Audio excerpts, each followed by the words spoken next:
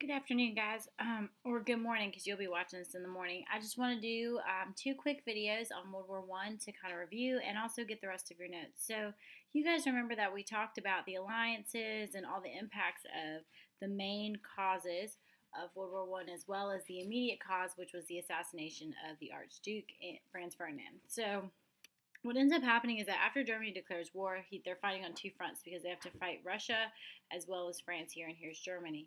But one thing is that Germany has their alliances, which is Austria-Hungary, Bulgaria, and Turkey during this time. So when we talk about the Schieffelin plan, it was a plan to defeat France quickly. Germany knew that Russia was going to take a lot of time to mobilize because you guys learned the other day that Russia was one of the last countries to industrialize. Also, Russia was large. So they were going to quickly try to take down France and then take out Russia. Here's the problem. They decided to march through Belgium and have a couple of issues there, and because Belgium is a neutral nation to France. And so they were trying to go through Belgium to get to France. Great Britain is going to disapprove of this because, remember, we have to honor the laws of war, and if a country is neutral, then they should not be involved in any type of war activity at all. And so ultimately Great Britain will declare war on Germany, and now they get involved. So you will do a map tomorrow when I get back. But there were several major battles, and pretty much what I'm going to summarize with these early battles, and you don't have to write this down. You need to make sure that you did write down the Schieffelin plan. But your early major battles, the Battle of Frontiers, France and Germany are going to fight. France and Great Britain are going to align together. Huge loss for both sides, but Germany ended up winning. The Battle of Tannenberg, Russia attacks Germany. But here's the problem. Russia attacking Germany. Germany was the first to militarize. And also they had a great industry because they wanted to keep up with Great Britain. So Russia attacking Germany is not going to play out very well for the Russians because they have a lack of weapons, soldiers. They are just a weaker nation during this time. But what it did allow is for the western side, which would be Great Britain and France, to kind of regroup during that time where Russia is attacking Germany. And then in 1914, you have the Battle of Marne, which the Allies are going to push Germany back. Okay? All the way to the Ain River. Now, here's what's going to happen, though. The Germans are going to build a trench to wait for the attack near the Ain River. And so the Allies respond by digging their own trenches, and this leads to trench warfare, and it leads to a deadlock. You don't have to write anything about the other two battles, but this is extremely important because trench warfare is going to be the new kind of warfare. So we're going to talk really quick about a new kind of warfare. When we discuss trench warfare, it is exactly what you think it is. They are sitting in these dugout trenches or ditches. And so what I'd like for you to do is just take 1 second and pause the video and take a look at what you notice in these images, or in this image right here. Okay? Take a look at no man's land, the frontline dugouts, deeper dugouts, also concrete blockhouse. So just take a moment, pause, and just study this image and see what you notice.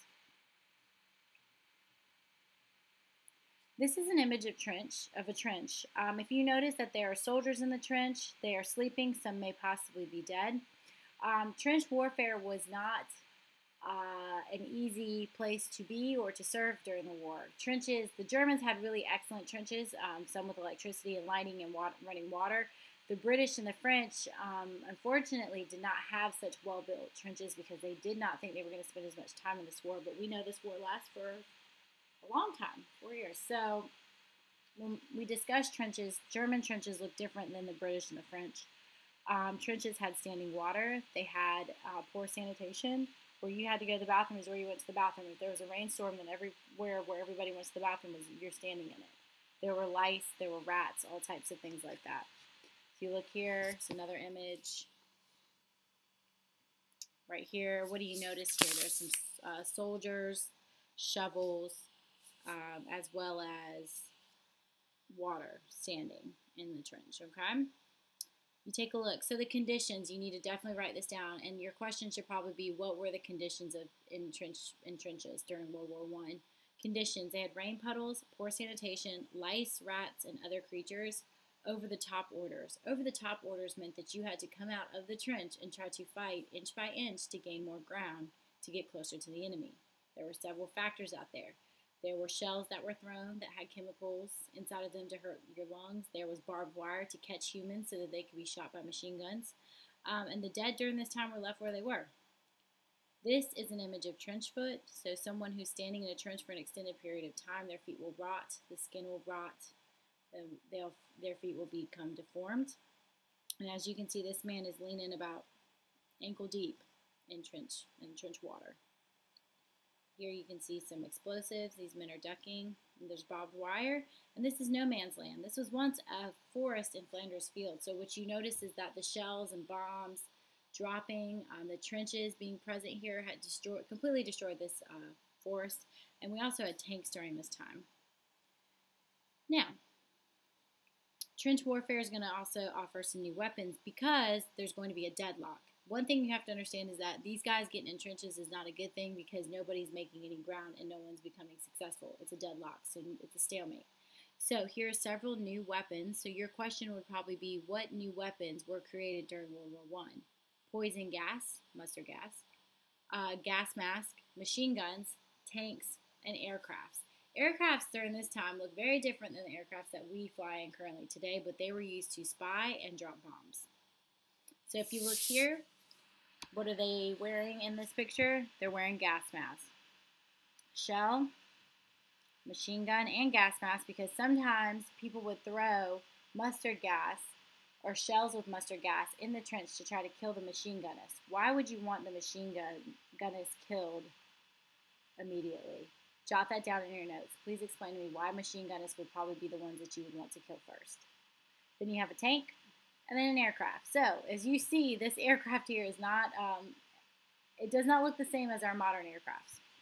So, when we talk about total war means that all of society is involved. Factories, men, women, and the government. So that means that during this time, when the men left for war, women and African Americans started working in factories, and any man who was too old to serve in the military would work in factories as well. So instead of this factory, let's say, creating cars or vehicles, they may start creating aircrafts for the war effort.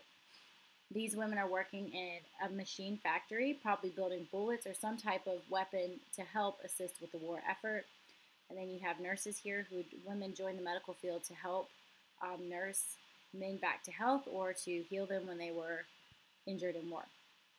So, moving on from total war, I will say total war is going to really cause women and African Americans to want equal rights because they believe, if I can serve in this factory or if I can fight next to you and die for this country, then I should be treated equally.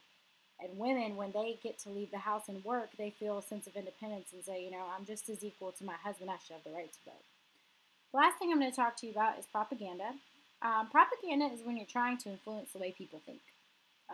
Propaganda is used today.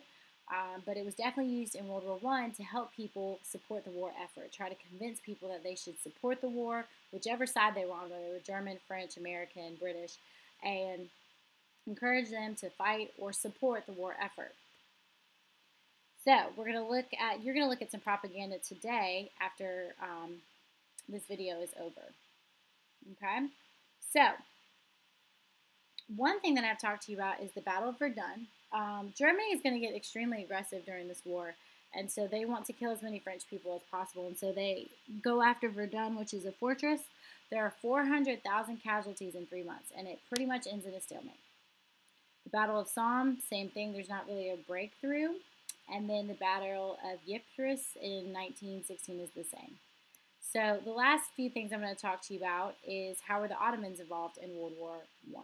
So the Ottomans are going to join World War I, and they are going to, and what you have to remember too, location-wise, is that the Ottomans lived in Turkey, the country of Turkey. And so when you think about geography, the Ottomans joined, and they controlled Russia's access to the Mediterranean. Here's the problem.